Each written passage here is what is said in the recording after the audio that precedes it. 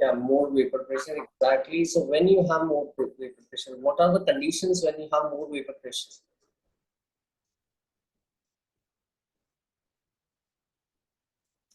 Before mixing, the intermolecular forces are strong, and after they mix with the solvent, the forces are weak. Yes. So Jaslin, if the after mixing the new forces between A and B are weaker, then you can expect A and B to get more into the vapor phase, right? They will form more vapors, and that will increase the vapor pressure more than what is expected. Okay, you can see that the graph has bent upward. Okay, positive deviation. Is that clear? And so vapor pressure is going to be higher, and if the intermolecular forces after mixing are weaker, and if the intermolecular forces are stronger, then after mixing the molecule will hold each other very tightly. They will not let each other to escape into the vapor phase, and as a result you will see after the mixture you can see the vapor pressure has gone down. Is that clear or not? Can you see negative deviation? Jasleen, Ibrahim, can you see? Aisha, Marwa? Yes, sir. This is the negative deviation. Okay, right? Negative deviation. So negative deviation. So what is the best famous example of positive deviation? The most common pet example of positive deviation is water and ethanol. Okay, water, as I have shown you in the last class, can form hydrogen bonding very strongly. 4 hydrogen bonds are formed by each water molecule. Okay, and as you put ethanol into it, ethanol, this is carbon. This is not electronegative. This is not have positive or negative charges. So the number of hydrogen bond get reduced when you put ethanol into the water. Are you getting my point or not? Yes, So sir. if the number of hydrogen bonds are reduced, what is the solution become more volatile after mixing? It has become more volatile, right? And if similarly, the ideal example for negative deviation is chloroform and acetone. So can you, Ibrahim, explain me what has happened to chloroform and acetone after mixing and why it is showing negative deviation?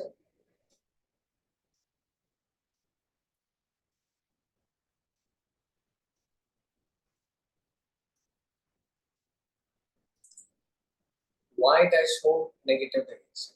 Chloroform and acetone. What may have happened? The picture is there, you need to just gauge what is happening. Marwa, Aisha, Jaslin, tell me quickly, what can happen? Why the chloroform and acetone upon mixing will have lower vapor pressure than what is expected from the Raoult's law? Is that clear to everyone what I'm trying to ask? Any doubts in this? In the question which I'm asking, answer you need to tell me.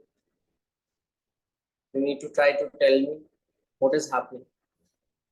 Chloroform, as I told you earlier, this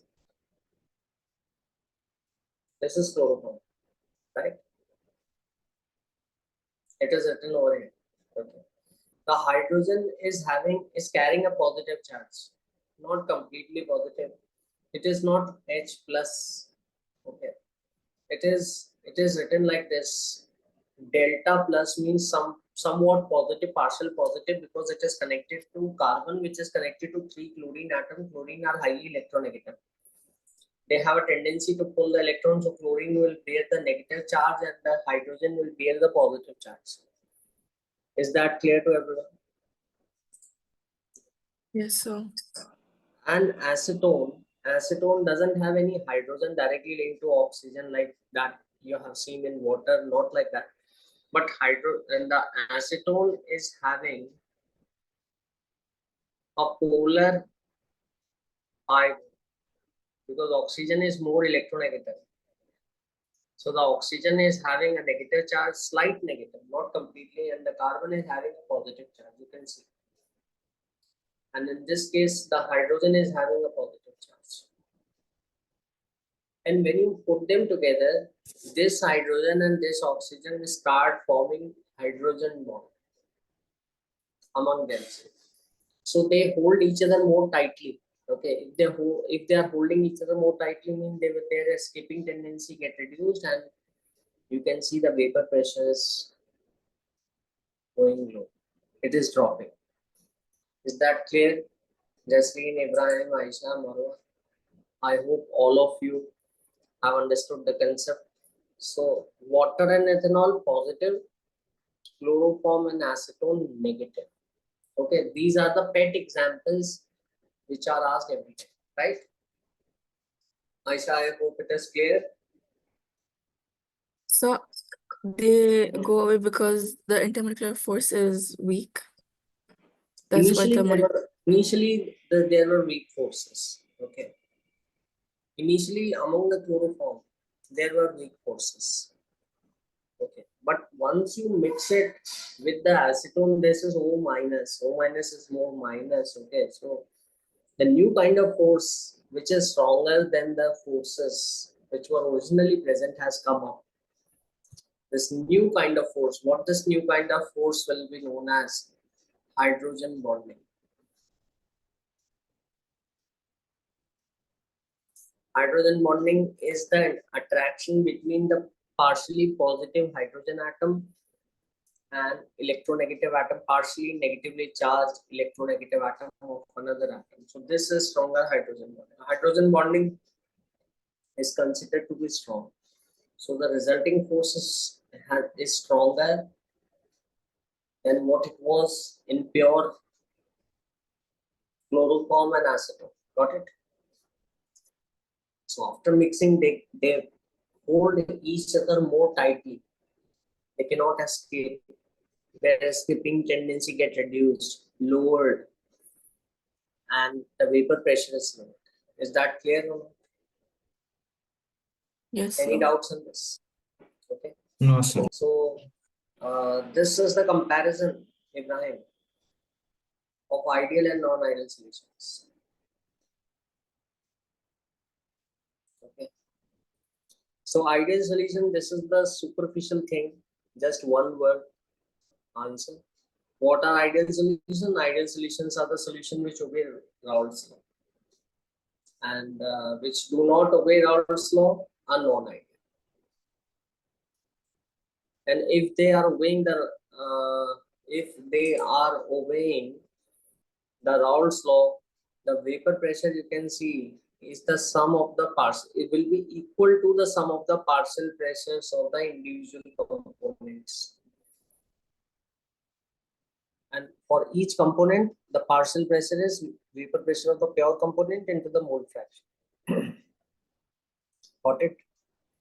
So you can see this is being followed. And this is, I put a not equal to sign. This is not being followed if it is a non-ideal solution. For ideal solution, the interactions between the component are nearly same as the interaction between the individual components, which have similar structures, similar masses, and have almost identical intermolecular forces. This you should be able to write it very clearly in your examination, board examination. So when the two solutions can form an ideal solution, they can form an ideal solution if they have similar structures, similar type of bonds, okay, similar type of attractive forces, and even after mixing them, the attractive forces are almost nearly same as what they were in original liquids when they were not mixed. Okay, so AB attractions are almost same as A and BB attractions. That is going to be ideal. For non-ideal, I have put not equal to sign, means the attractions in the final solution is not same as the attractions which were there in the original liquid. The attraction can either be strong or they can be weak. Okay. After mixing, because the forces of attractions were very similar, so there will be no heat evolved or absorbed. Okay. Heat is evolved or absorbed upon mixing if you have some stronger bonds forming or weaker bonds forming, but that is not happening. Delta H mixture is zero. Enthalpy of mixing, when you mix the two components to form an ideal solution, you don't see any heat being evolved or absorbed. Got it? But heat will be evolved or absorbed if you have a non-ideal solution. Got it? Here, there is no volume change because the forces are same. If you mix them 10 ml of A, 10 ml of B, the volume of the total mixture is going to be 20 ml. It will not be less than 20 or more than 20. Got it? That is the case when you have a non-ideal solution.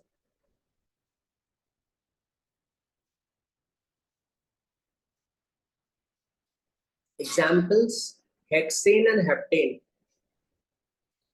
benzene and toluene.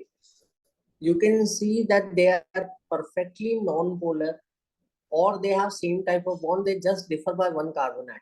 Hexane and heptane. Hexane is having 6 carbon atom and heptane is having 7 carbon atoms. Similarly, benzene and toluene. Benzene is, you know already, and toluene is having a methyl CH3 group. Chlorobenzene and bromobenzene, they have Cl and Br. Ethyl bromide and ethyl chloride. These are the examples of ideal solution, and they asked in your board examination. These explanations which I have written here will be asked in your examinations. Is that clear to all of you? You have to be very clear. Don't write a lot of things. Okay, write whatever is asked. Be very precise and be very clear in whatever you are writing, and write only the point which is being asked. Got it? Is it clear or not? Okay. Yes. So non-ideal solution, there are two types: positive deviation we have seen and negative deviation, that we have seen in the last class. Also, positive and negative deviation both are non-ideal, so both do not obey Raoult's law. That we know already. Okay, they do not obey Raoult's. In case of solution showing positive deviation, the vapor pressure upon mixing will be higher than the sum of the vapor pressure of the individual component. So the graph was like this. Okay, it was showing positive deviation. The vapor pressure was more higher. Got it? Clear or not? And in negative deviation, it was lower, right?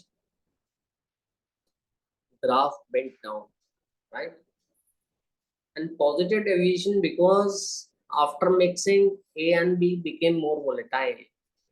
Okay, and they became more volatile means there was a weaker force of attraction.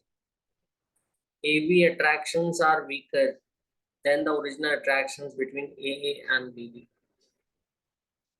Okay, is that clear? And negative deviation means the particles are held more tightly after the mixing. Okay, the attractions are stronger. Is that clear? So if the attractions are stronger, the particles will come close, and if they come close, there will be a decrease in volume. volume is decreased after mixing. So if you put 10 ml and 10 ml, if you mix 10 ml of A, 10 ml of B, the final volume will be smaller than 20 ml because the forces are stronger and they are holding each other very strong. But if you are mixing 10 ml and 10 ml, and if the volume they have given is 21 ml, volume has increased, so positive deviation. Because the forces are weaker, the particles will stay away from one another and the volume will be more. Is that clear or not? Example is how you will gauge whether it is a positive or a negative deviation. Positive deviation will happen if you take a non-polar molecule and put it in between the polar molecules. So example, if you take acetone. Acetone was having like this type of bond, positive and negative bonds.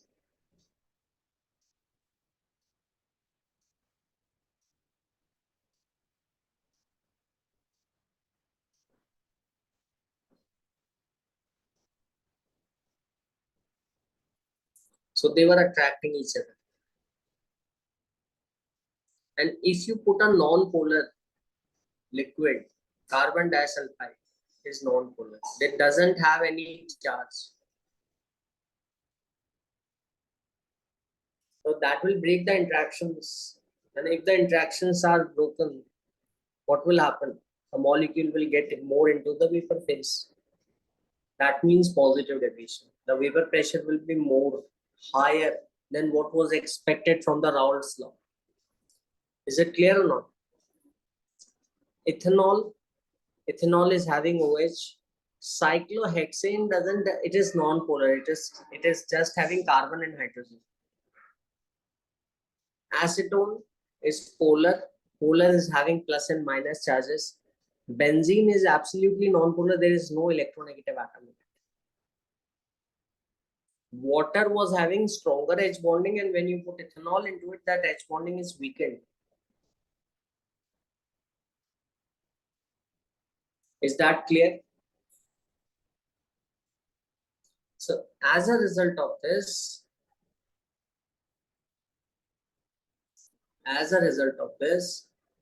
whatever or the mixture you make, you can predict whether it is going to show the positive deviation or negative. Negative deviation, look when it can happen. When you take very strongly polar molecules having very high charges, water, you mix it with HCl, very high charged. Water, you mix it with nitric acid. Nitric acid is this.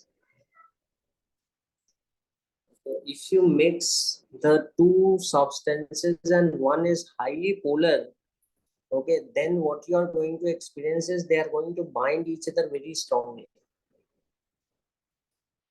Volume will get reduced, heat will be released, okay, and the volatility will decrease. Is that clear or not? Any doubts up to this point?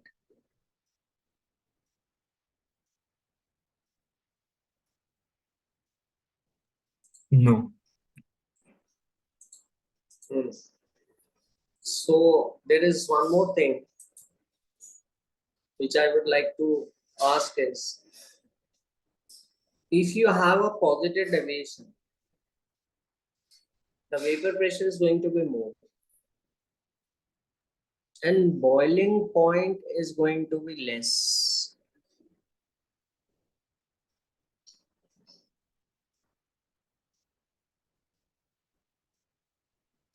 Yeah, Ibrahim, can you tell me why the boiling point is less? Boiling point of what? Azeotropes. Yeah, boiling point of liquids showing positive deviation, the boiling point of azeotrope will be lower. Why? Oh, no, Positive because deviation. Because it's like easier to break the AB bond, that's why. Yeah, that is true. So vapor pressure is more. Yeah. But you Yeah. need to Okay. give So me more. just Sorry. one more line in terms of boiling point. Yeah. So like, so the vapor pressure is more. So, so at one point it will be greater than the atmospheric pressure.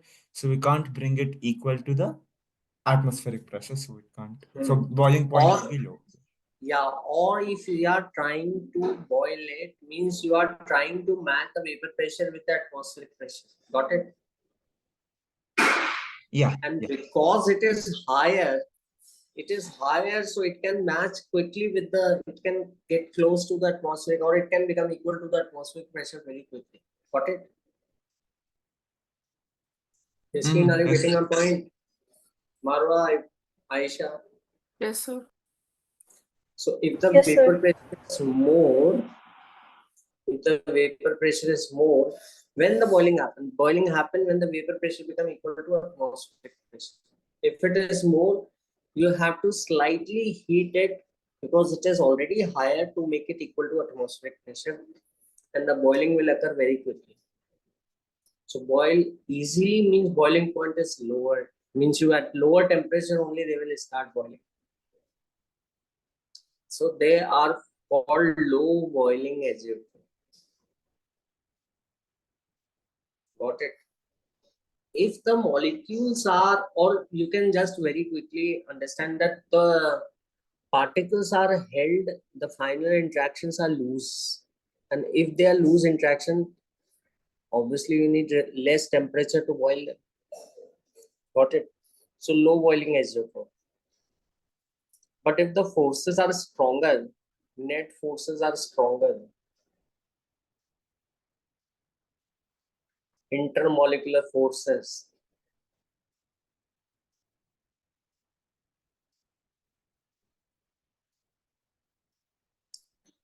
if the particles are holding each other very strongly, you need to heat them at a much higher temperature to get them into the vapor phase. Got it?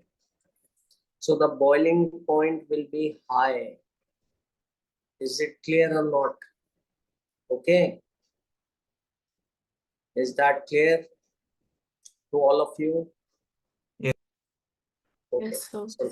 So high boiling, so positive deviation, the boiling point is low. Okay, this is the advanced question, but very simple and can be asked in your board examination. Okay, because it is very basic. Okay, it is more than one correct option, because you need to remember it. It is very, very important and can be asked you in the theory paper. Just 1 mark question. Okay, where you need to, but in this case there are more than one options correct. So you need to tell me where there is a positive deviation like this.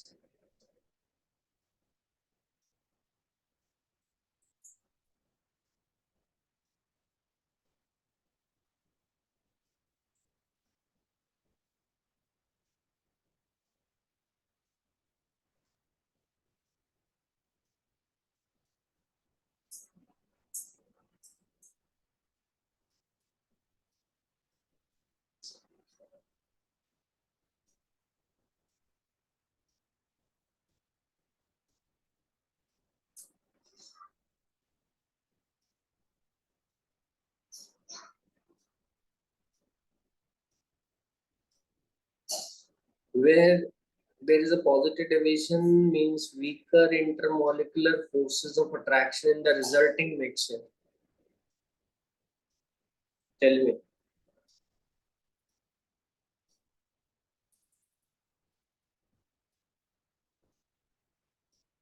Weaker forces of attraction.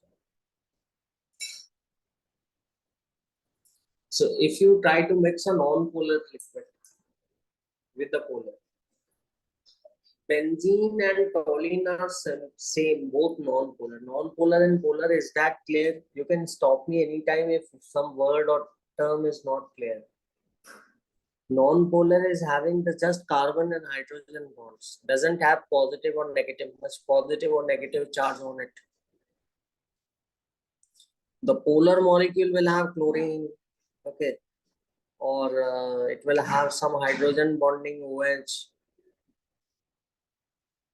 These kinds of bond can make it polar, but you need to see the overall dipole moment. In the physics also you may be studying dipole moment. You need to see the orientation of bond. Suppose if there are two bonds pulling, CO2 is having a polar bond, but the molecule is non-polar. Okay, because you have two CO bonds pulling in opposite directions. So if you have a methanol polar molecule and this carbon tetrachloride is non-polar. Why it is non-polar? Because you have 4 Cl. So the net push and pull on both the sides is same. So if the groups are properly oriented on both the sides of the molecule, symmetrically oriented, then also in spite of having polar bond, the molecule become non-polar. So these are non-polar molecules. Carbon tetrachloride means CCl4.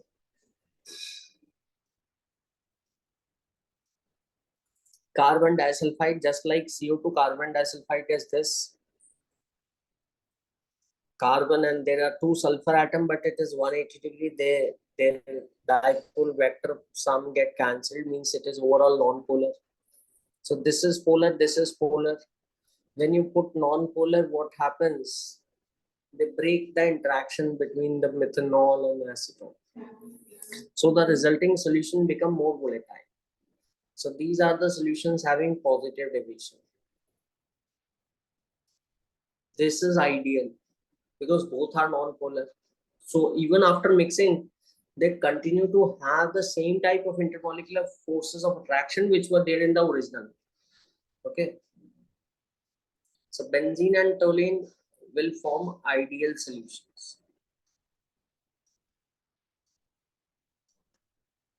Phenol and aniline, they are going to show negative deviation. To remember it, just remember because there are examples asked in your board examinations. Is that clear to you? Yes. All of you, Jasleen, Parwa, Ibrahim, Aisha, right? This is ideal.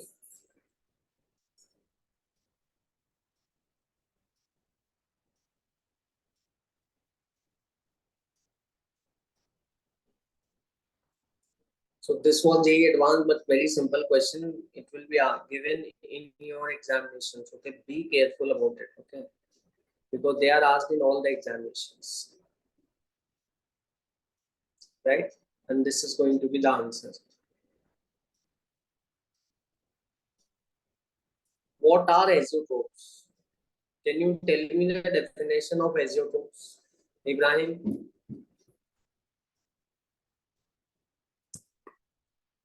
Can you help all of us to understand what are azeotrope? What do you mean by azeotrope? So it's a binary mixture having Yeah. same composition in liquid and vapor phase at Hanji. constant temperature. So what problem it poses? What challenge it poses? What challenge? What is the problem in it? If the vapor and liquid has same composition, that is true. Whatever you have said. It's So not what possible challenge to will it? separate them Yeah, not using possible to distillation. by distillation. Normally, we have seen there are two liquids A and B. Okay, and when there are two liquids, right, the vapors will be more rich in the liquid which is more volatile. Suppose there are two liquids.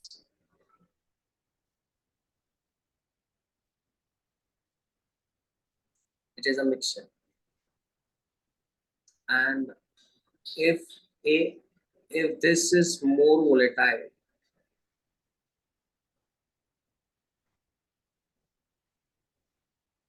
So the vapors will have more of this molecule and less of the other molecule.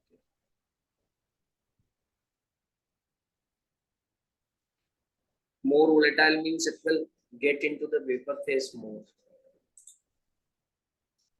Is that clear?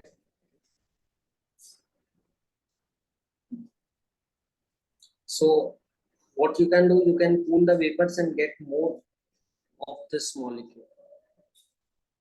And that's how the distillation is carried out. But once you have azeotrope, as you said very correctly, the azeotrope, the liquid composition and the vapor composition are exactly same. Now the whole purpose of doing the distillation is defeated. Means in simple language, you can't separate the two liquid if they form azeotrope. If they form an azeotrope at a certain percentage composition, you can't separate them. Why you can't separate them by distillation? Because whatever the percentages are there in the liquid, that same percentage are going to get into the vapors.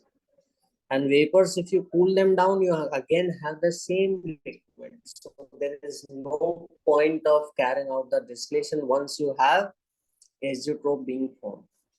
Is it clear or not? So azeotropes are actually they pose problem with respect to distillation. Once you form azeotrope, you can't distill, you can't separate the two liquid. Okay. So vapor and the composition, because why you can't separate? Because the vapors will exactly be same as that of the liquid. Okay. So as a result, so same composition. So both the components in the liquid mixture will boil at the same temperature without undergoing any change in the vapor phase. Vapor also will have the same composition because they will be same. And when you cool down the vapor, you are not going to get more of A or more of B. You are going to get exactly the same amount of A and B which were there in the original liquid. So once the azeotrope is formed, it is not possible to separate the components, two components of a mixture. Is that clear for all of it? Okay. And this is the graph, and a very common example of azeotrope is asked in your board examination. Okay. Boiling point of water is 100 degrees Celsius. Got it? And ethanol boils at a lower temperature of 78 degrees. They have different boiling point. Can I separate them completely just from a mixture of water and ethanol? Can I separate them completely from one another by knowing that water is having a higher boiling point and ethanol is having a lower boiling point? Is it possible? Will it be possible for us to separate them completely?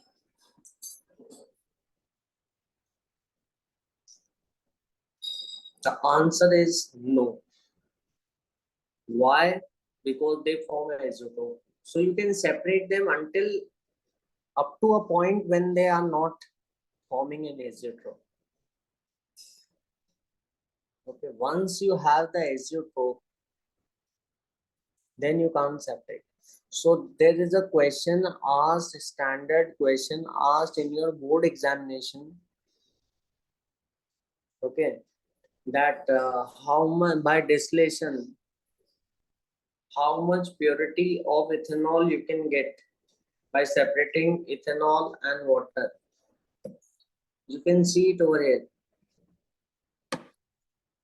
Can you answer me this question? Yeah.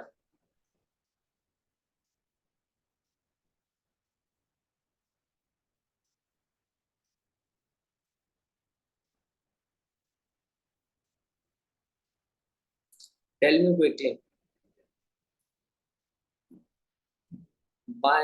Can you separate water and ethanol completely or not? Yeah, Aisha, Marwa, tell me quickly. So no, because they form an azeotrope. That's why. Yeah, they form an azeotrope. Okay. So they have separate boiling point, and that boiling point is going to remain different. But once they form the azeotrope at certain percentages, then they boil at same temperature. Is that clear? So once you have them separated, and as the percentage of ethanol gets up to 95%,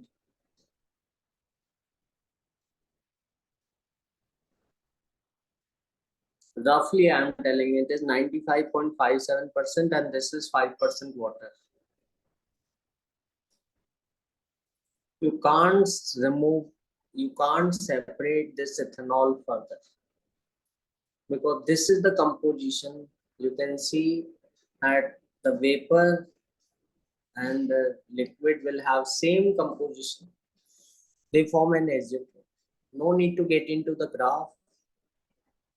Just remember that 95.5% ethanol and 4.5% water can't be separated. Okay, they form an azeotrope. And what this mixture is known as, this name is rectified spirit.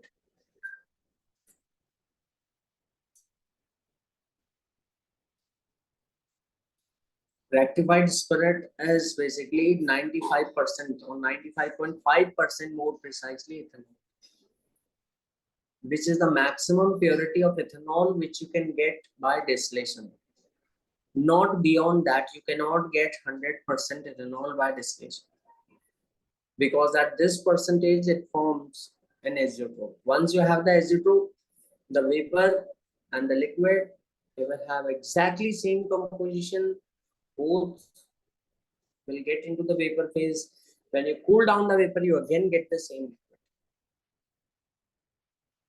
liquid. Ibrahim, is it clear or not? Yes. And this is known as low boiling azeotrope, low or minimum boiling azeotrope. It is a liquid which is showing positive deviation and low boiling azeotrope, because the boiling point is lowered. You can see the boiling point of both the liquid 178, and this is 77.95. So this is the boiling point of the one component, this is the boiling point of another component, and this is the boiling point of the azeotrope. It is lowered, low boiling azeotrope. Okay, positive deviation means low boiling point. You need to remember it because it is asked as it is in your theory. Okay. Similarly, if you have negative deviation, the molecules are going to hold each other very tightly, and you need to heat them more to separate them. That is high boiling azeotrope. High or maximum boiling azeotrope. That is formed by water and ethanol.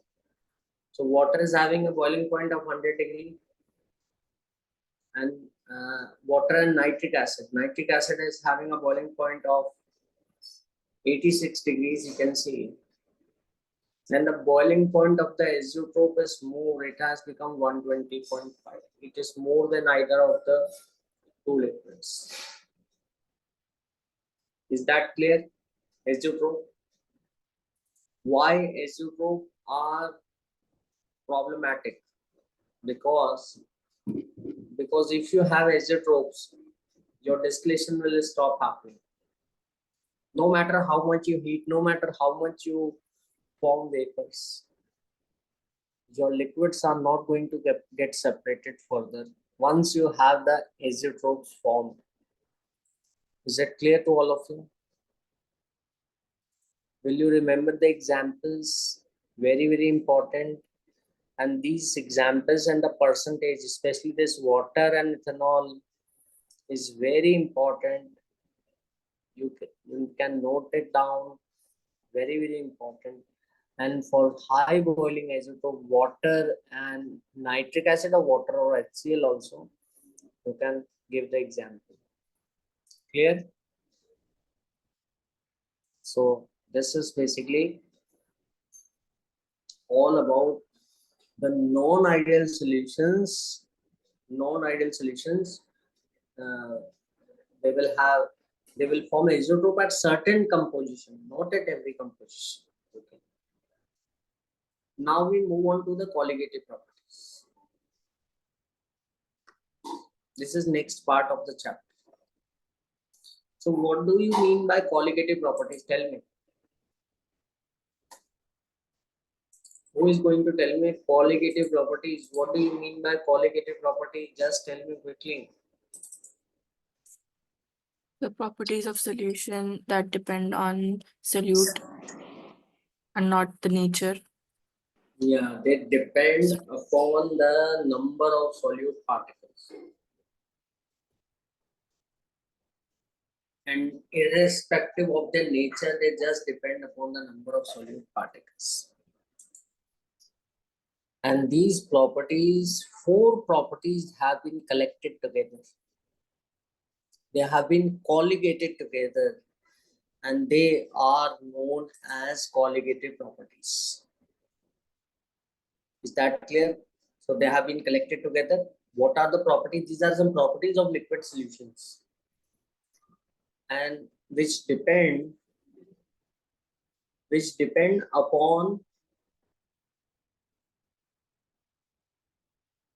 their number of solute particles, and it does not depend upon whether you have put ethanol, whether you have put urea, whether you have put glucose. 1 mole of glucose will have the same effect as 1 mole of urea.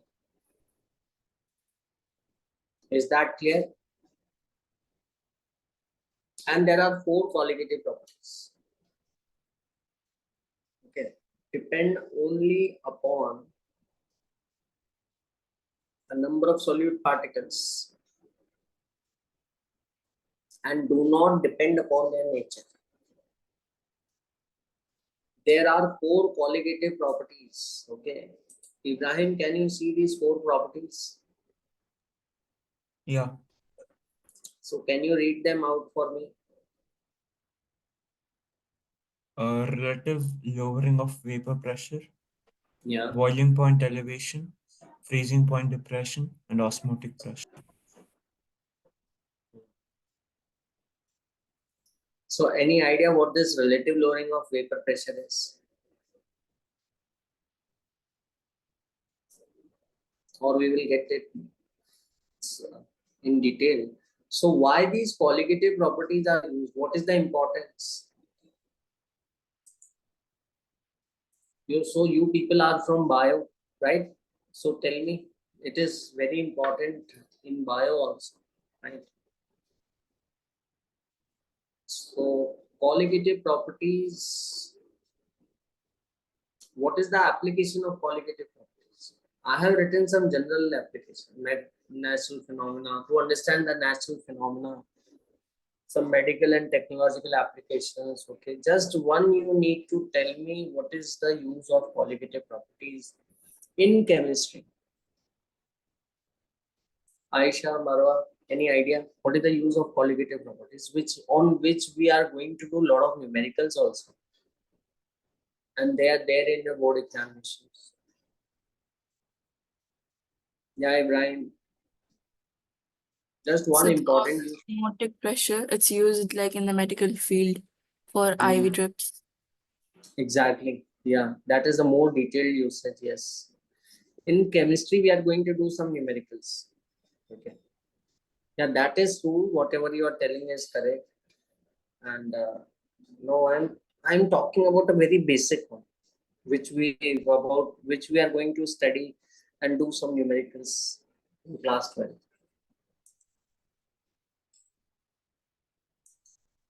They are used to determine the molecular weight of an unknown solute. Just remember it because there are a lot of numericals on it. So Ibrahim, what it is? What is the preliminary use of colligative property? Can you repeat it for me? To Yeah, determine Ibrahim. to determine the molar mass Of an unknown solute. of an unknown solvent. Okay, if it is known, then what is the point? If it is known, we can determine its molar mass by its formula, right, Jesslyn? So what we do is, suppose we take 1 liter or 1 kg of water. And suppose if I discovered a new protein, there are a lot of proteins which are discovered, a lot of unknown biomolecules yet to be discovered, right? So if I discover something, so my first duty is to know its molar mass. So I will put it in 1 kg water and check what is the lowering of vapor pressure, relative lowering of vapor pressure. With that, I can determine what is the molar mass. Or I will try to determine what is by how much amount the boiling point of water is raised by putting that unknown solute. And that is going to tell me the molar mass. Or freezing point is depressed. Okay, that's how you have life the sustained in the polar region. Life is sustained because of this phenomena only. You see a lot of trees in the polar arctic region and all, they continue to survive the winters and they again become green in the summers. Okay, how they survive at such low temperatures? Because their freezing point get depressed, their solution, they don't get completely frozen up, right? Because the freezing point is lowered, because they have certain kind of liquids in their cell or proteins in their cell which lower their freezing point. So those are actually more detailed application. The preliminary application which we are going to study in class 12 and which you are going to use it to solve a lot of numericals is the direct application of colligative property is to determine the molar mass of an unknown solute. Got it? Here, 4 colligative properties and they depend only on the number of particles. Do not depend upon their nature. Okay. So let's move on to the first colligative property. So what is this first colligative property? All of you can see it. So Ibrahim, just read it for me once more. Yeah, Ibrahim. Rawls law for solutions containing non-volatile solids. Vapor pressure of solutions containing non-volatile solids. Yeah, vapor pressure of a solution containing non-volatile solutes, and that we are going to compare. And the colligative property which we are going to discuss here over here is why we are talking about the vapor pressure of the solutions containing non-volatile solute, because we want to measure the colligative property. That colligative property is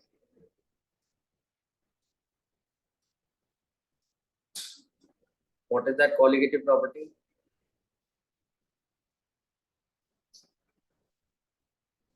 Relative lowering of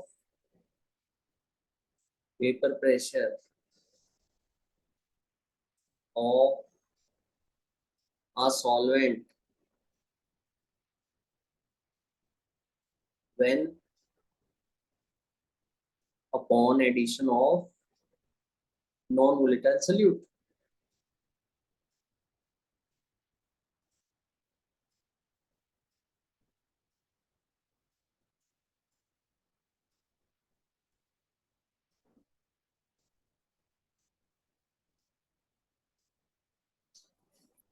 So in layman language, what it means, Aisha Marwa, what it means actually?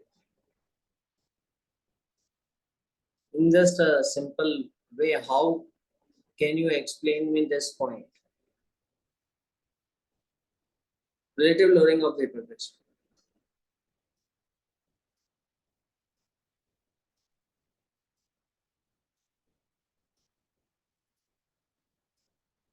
What it means? Ibrahim,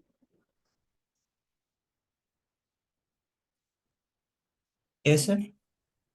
what do you mean by relative loading of vapor pressure? Just in a simple Like way, you it, tell me. Hmm.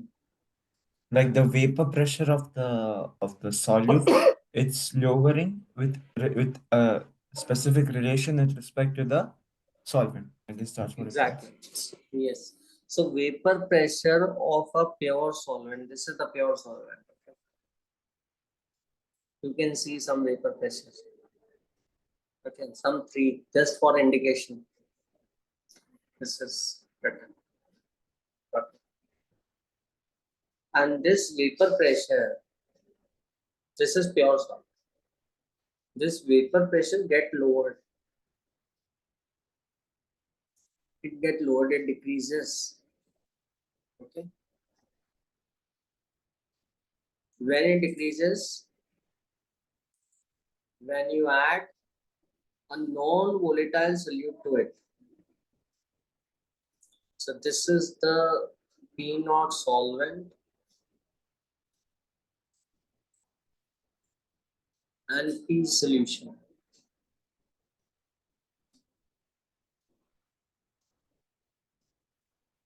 It is less than the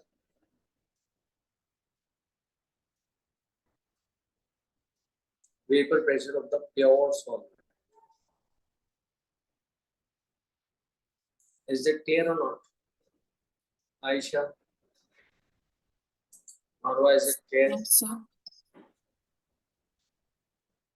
So vapor pressure, if you add non-volatile solute, very simple thing is that non-volatile solute is not going to contribute towards anything towards the vapor pressure because it is non-volatile as the name indicates. So it will not have its vapors. So vapor pressure is going to come down. Got it? Clear? So you can see the vapor pressure here. It has decreased. Just for indication, the diagram is showing that vapor pressure was more and solution is less. Right? Clear? So why it happens? Actually, first of all, when you add the non-volatile solute, in Raoult's law you have seen. Raoult's law was about the mixing two volatile solute and both were contributing towards the vapor pressure. But in this case, you are putting just a non-volatile solute.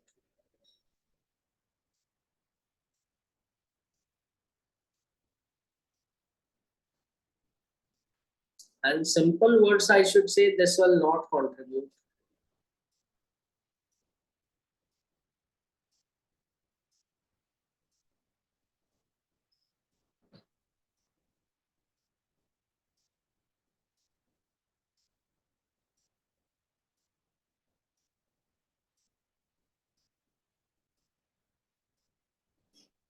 Because it will not volatile, it will not vaporize. Okay. So this is a more detailed way of explaining that the surface area is going to change, the property is going to change. Okay. And you are having less vaporization happening, vapor pressure is decreasing. Okay, this is the more detailed way of explaining. Simple words, you can say it like this. Because we have added a non-volatile solute, it will not contribute towards the vapor pressure. Okay. So this is a pure solvent. You can see pure water and water containing some solute, non-volatile solute, which is represented by blue color particles. Blue colored particles represent the non-volatile solute.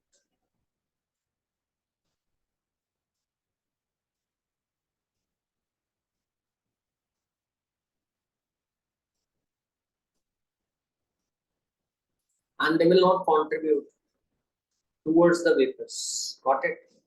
Because it is just like sugar. Sugar cannot vaporize. Urea cannot vaporize. Got it? Only water will form its vapors. So if we apply the Raoult's law, the solution, normally we take it like this: the solution will, the total vapor pressure is the sum of the vapor pressure of the individual components A and B. But because this is a non-volatile, it is taken as 0. Why it is considered as 0?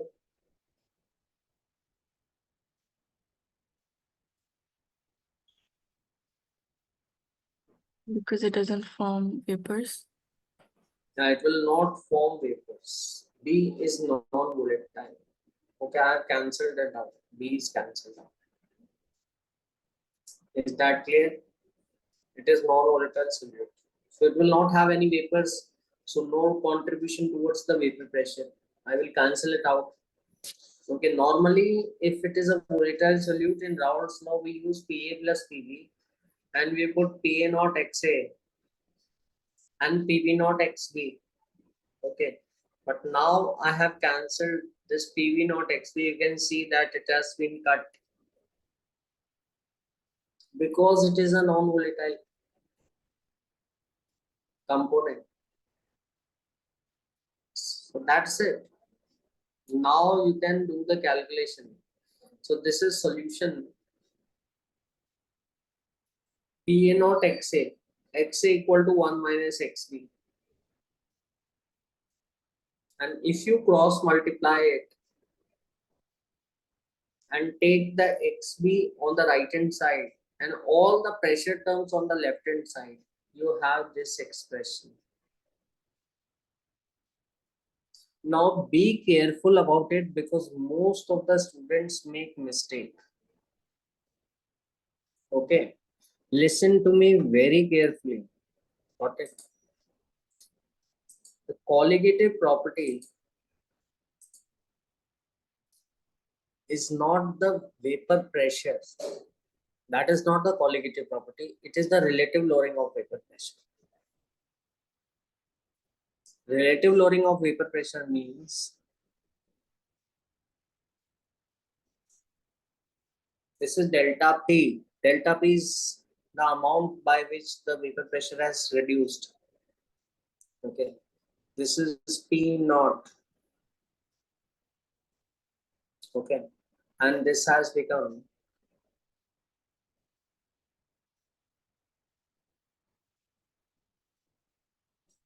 PS.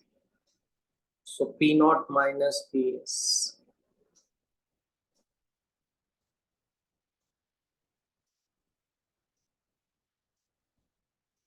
is delta P.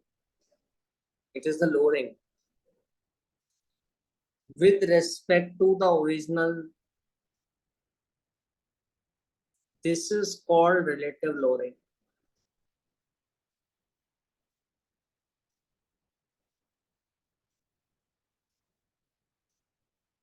Are you getting my point or not? Relative lowering is lowering per with respect to the original vapor pressure, delta P by P naught. That is called relative lowering.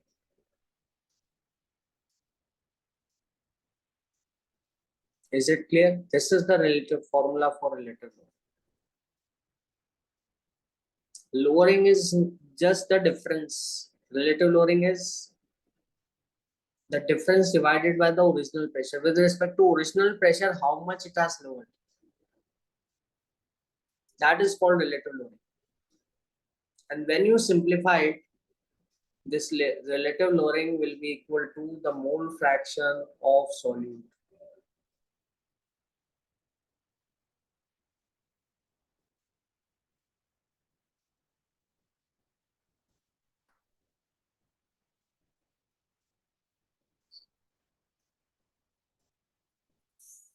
This is your first colligative property. Why the vapor pressure get lowered? I gave you the answer. Because we have put a non-volatile solute that will not contribute towards the partial pressure or the vapor pressure, and its vapor pressure need to be cancelled. Only we have to take the vapor pressure of the solvent, and that too need to be multiplied by its mole fraction, Pa naught Xa.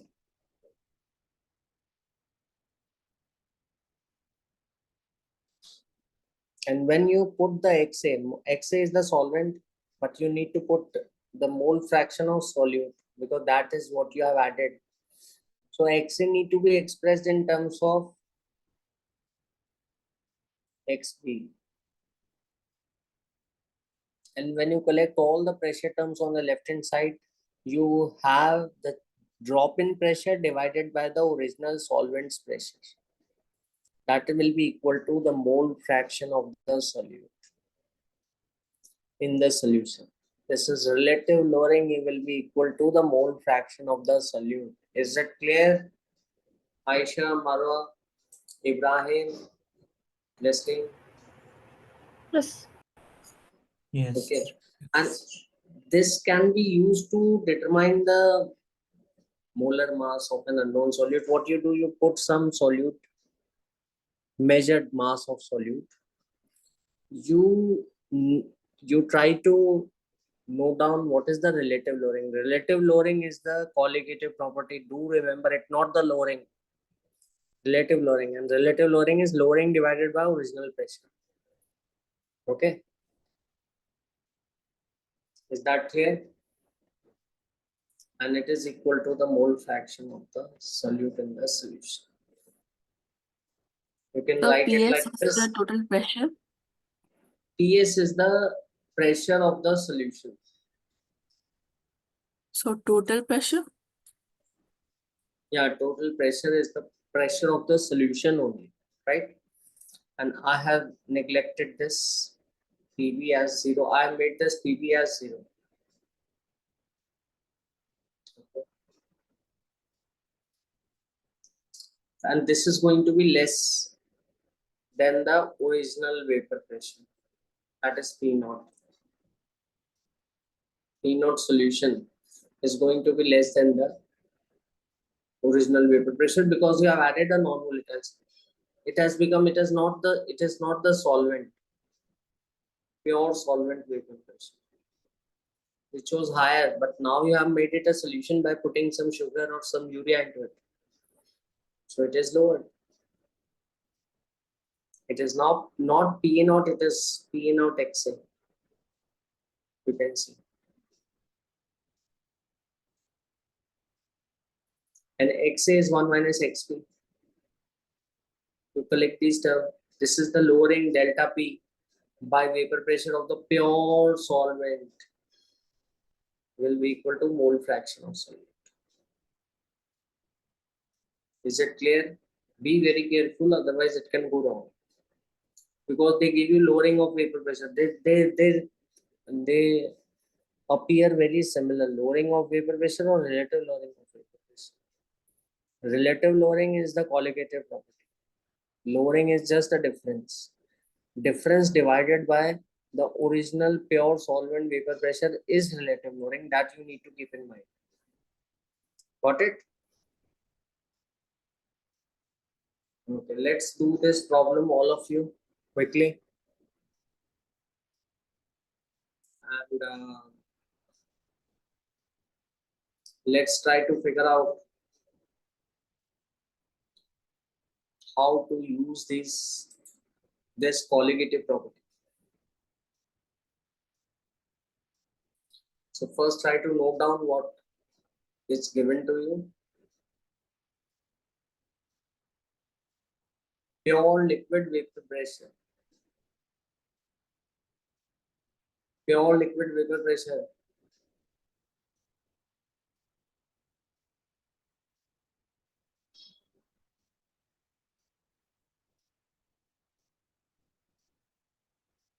Definitely it is going to be higher than the vapor pressure of the solution. Because in the solution you have added a non-volatile substance B is added. Okay. And be very careful by this word.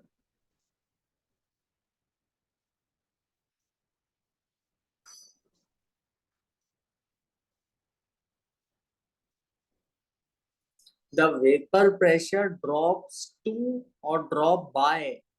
Got it?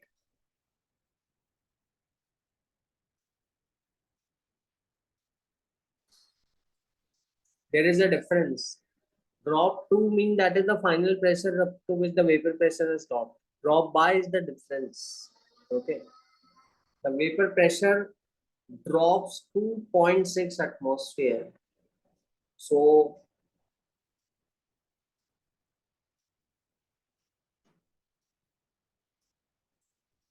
drop to final vapor pressure is 0.6 atmosphere.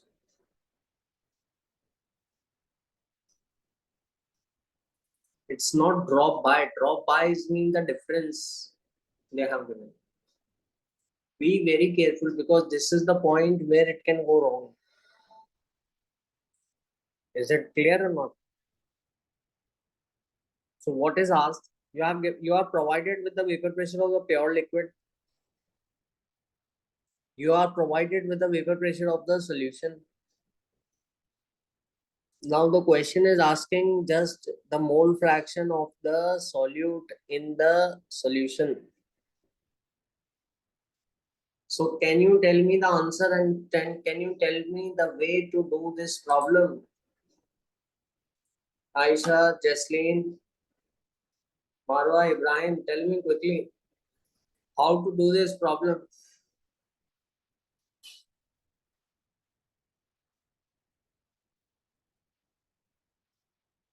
What is the answer?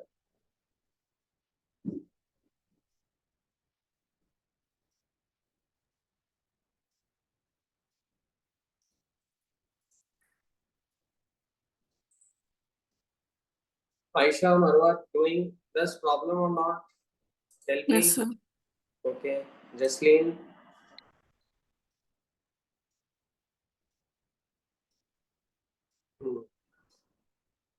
Good. So Ibrahim, just tell me how to do this problem. I don't know how to do this. Do it. Tell me quickly. Yeah, Aisha. So we use Raoult's law, Hmm. So what and should then I I? got X. PA is equal to P naught A times XA. Yeah. Or you can directly use that formula. Remember it in words also. Because if there is a drop in vapor pressure upon wherever you see the non-volatile solute, okay, there you can, instead of going through the Raoult's law and getting up to this, you can use that relative lowering. You can directly write relative lowering of vapor pressure upon addition of non-volatile solute will be equal to mole fraction of the solute. You will get full marks, okay. So you can start from the Raoult's law and get up to this formula. Got it? So we get the value of XA from Raoult's law, and then we use the Yeah. XA. You can do that also. Yes. But ideally, this problem is because it is there as a standard formula. So you can start from that point also, from relative lowering. So relative lowering is equal to mole fraction of solute, and relative lowering is the drop in pressure by vapor pressure of the original solvent. Okay, because they are going to ask you what is relative lowering, what is the value of relative lowering. Okay, they are going to ask you. Okay, yeah, Jasleen, let me check it quickly. And this is delta P by P naught. Delta P is how much? The drop. Aisha, Marwa, what is the drop? 0.60. Yeah, 0.8 minus 0.6. Ibrahim, are you getting this? Yes, sir. and divided by the original vapor pressure. Original vapor pressure was how much? 0.8. Justine, I hope you must have done it in the same way. This is known as relative loading. Drop divided by the vapor pressure of the pure solvent. Okay, remember this because they ask you the definition also. Okay, this is going to be 0.2, the difference by 0.8, and this is 1 by 4, and this is 0.25, and this is equal to the mole fraction of the solute. This is 0.25. Relative lowering is a colligative property. Remember, the relative lowering is, though you may be getting the same answer, Aisha, right? Because you may have used the, because this is derived from that Raoult's law itself, right? Got it? So, Justine, this answer is correct. And Aisha, so I hope you are also getting the same answer. Ibrahim, right? Okay. So, but you can, if there is a non-volatile solute, use this formula. Directly use this formula. So that is without writing too much, you get full marks. Okay, relative loading, drop in vapor pressure divided by pure vapor pressure of the pure. And this drop is basically calculated by P naught, which was original was higher minus P solution, which was lower by P naught. Solvent minus solution minus solvent. That is called relative loading, and that will be equal to the mole fraction of solute. Got it?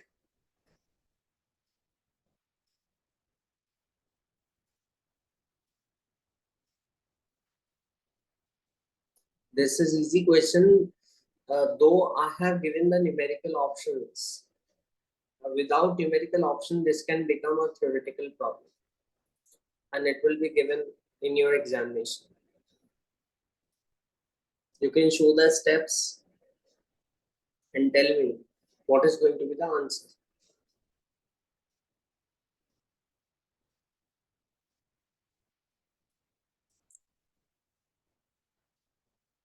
So you can try it quickly.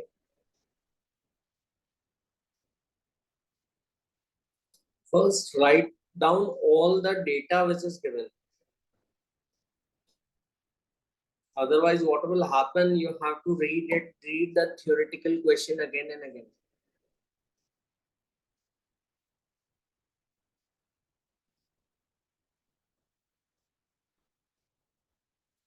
So what I do is, I try to collect all the data. Vapor pressure of the pure water is 35 mmHg.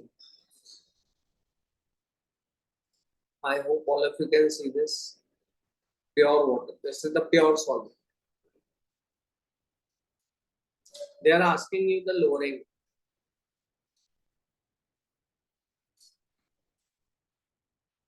Right?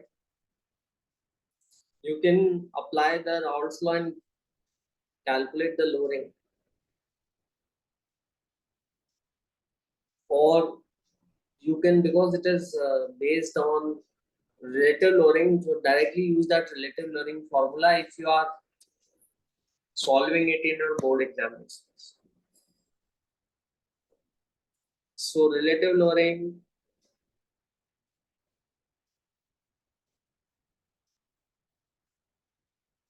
will be equal to delta P by P naught. And that is equal to mole fraction of solute, and the solute is urea.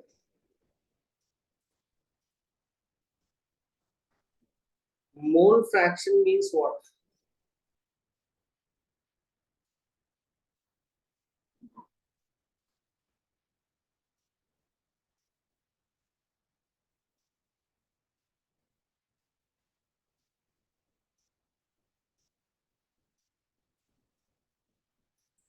Mole fraction means moles of urea divided by 2 moles. What is the molar mass of urea? What is going to tell me? What is the formula?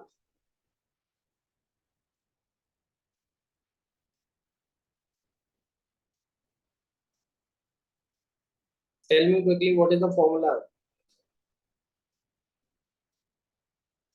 So for what? For urea. Molar mass of urea.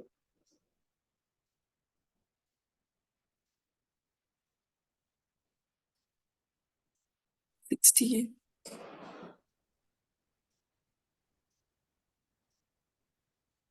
60 gram per mole. Yeah.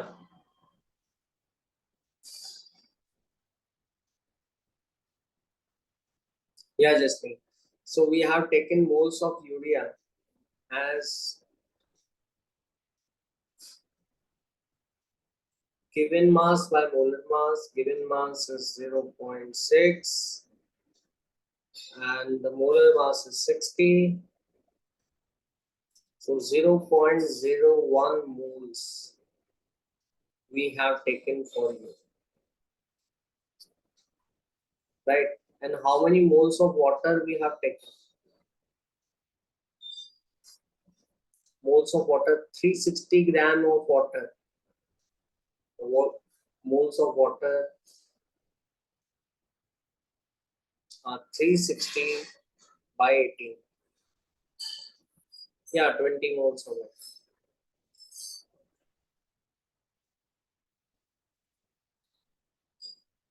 Okay. So what is the mole fraction of urea?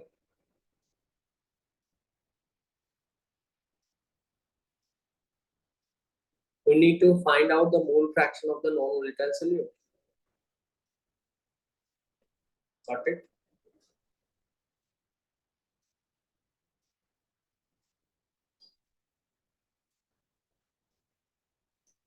It is going to be 1 divided by 2001. Is it clear? This is the mole fraction of urea.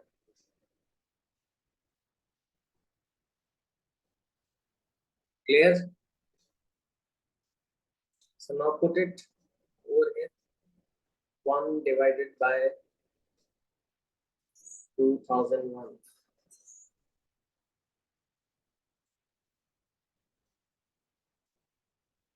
Yes, just like.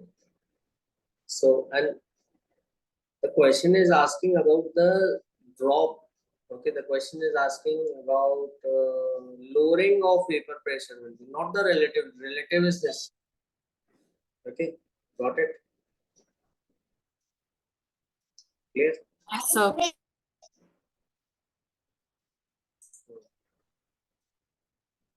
So I hope this is clear to all of you. Okay. And so this is, so multiply, cross multiply, you will get the lowering with the vapor pressure of the pure solvent. 35 mmHg. So you are going to get delta P. Okay. 35 by 2001 or 35 by 2000, it will be around the half of 35, that is this much. Got it or not? I hope all of you are getting the answer. Jasleen has already shared me the answer, right? Correct. Marwa, Ibrahim, Aisha, got it? Got the answer? Any doubts in this? Yes. Tell me. yes, so So be very clear in whatever you are writing. Yeah. So you can write the question. Leslie. Okay.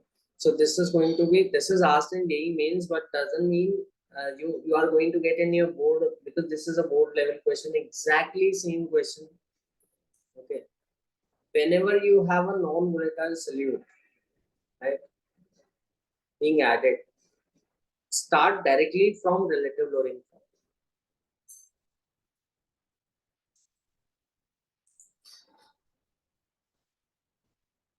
Clear?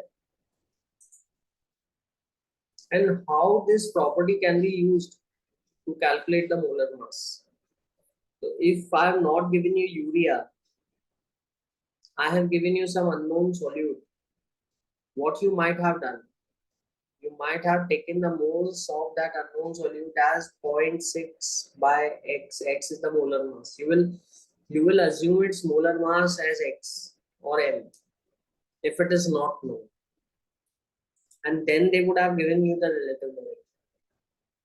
Okay, if the relative lowering is given, they will ask you the molar mass. Or if the relative lowering is not given, they will give you the compound urea or whatever which is being added to those, so that you can get the moles, you can get the mole fraction. Is that clear or not? So let's cover it on the next turn. Okay, this is the formula, right, which we have used. Delta P by P naught equal to mole fraction of urea, which is the non-volatile solute. Okay, don't make a mistake of taking mole fraction of water. No, relative lowering is equal to the mole fraction of the non-volatile solute, right? Clear? Yes, sir. Multiplied by P naught, which is 35 mMHg, and you are going to get answer. So let's continue it on the next turn, and with more questions and with more qualitative properties, right?